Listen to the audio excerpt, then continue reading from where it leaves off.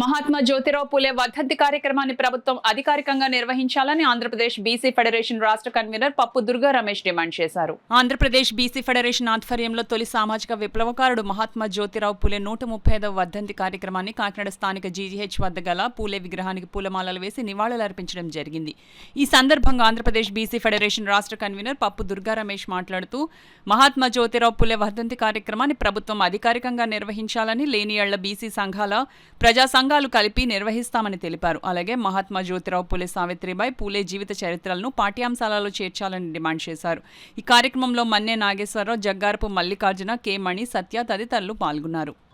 స్త్రీజాతి చదువు కోసం, అలాగే అస్పృశ్యులు ఎవరైతే వెనుకబడిన వర్గాలు ఉన్నాయో వాళ్ళు చదువుకోకూడదని ఏదైతే నిబంధన ఉందో దాన్ని బద్దలు కొడుతూ ఆ రోజు మొట్టమొదటి స్కూల్ని ఏర్పాటు చేసి ఈ అణగారిన వర్గాలు చదువుకోవడానికి, అలాగే ఈ సమాజం విద్య ద్వారానే అభివృద్ధి చెందుతున్న నినాదాన్ని నమ్మి వారందరి అభివృద్ధికి కృషి చేసిన మహాత్మా జ్యోతిరావు పూలే గారి యొక్క వర్ధంతిని ఈ విధంగా జరుపుకోవడం చాలా సంతోషం.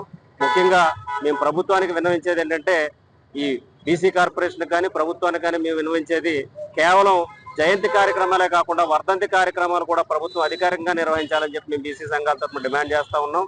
అలాగే మహాత్మా జ్యోతిరావు పూలే, అలాగే సావిత్రిబాయి పూలే గారి యొక్క చరిత్రని పాఠ్యాంశాలలో చేర్చాలని చెప్పి కూడా మేము ప్రజా సంఘాల తరఫు నుంచి డిమాండ్ చేస్తా ఉన్నాం. అలాగే ఏదైతే ఈ ప్రభుత్వ కార్యక్రమాలు జరిపించాల్సి ఉందో వాటిని ప్రభుత్వ అధికారులు, బీసీ కార్పొరేషన్ కూడా పట్టించుకోకపోవడం, ఈ బీసీలను చులకం చేయడమే, అలాగే మహనీయులను పట్టించుకోకపోవడమే అని చెప్పి మేము ఈ సందర్భంగా ప్రభుత్వానికి తెలియజేస్తూ, మీరు చేయలేని పక్షంలో వచ్చే సంవత్సరం నుంచే ముందుగానే ప్రజా సంఘాల తరఫు నుంచి, బీసీ సంఘాల తరఫు నుంచి మేమే ఈ కార్యక్రమాలు నిర్వహిస్తామని చెప్పి కూడా ఈ సందర్భంగా తెలియజేస్తాం.